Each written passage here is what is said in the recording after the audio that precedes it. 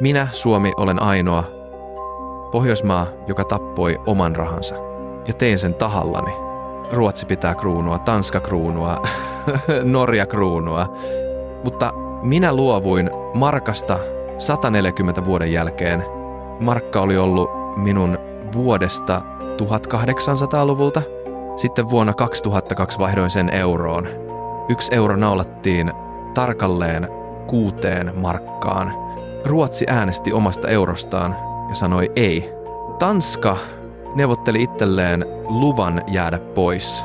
Norja ei edes liittynyt koko unioniin. Joten miksi minä, Suomi, hyppäsin yksin? Mulla on 1000 kilometriä rajaa Venäjän kanssa. Halusin sitoa itseni länteen niin tiukasti kuin pystyin. Euro ei ollut vaan raha, se oli vakuutus. Joten naapurit pitävät kruununsa ja minä nukun rauhassa.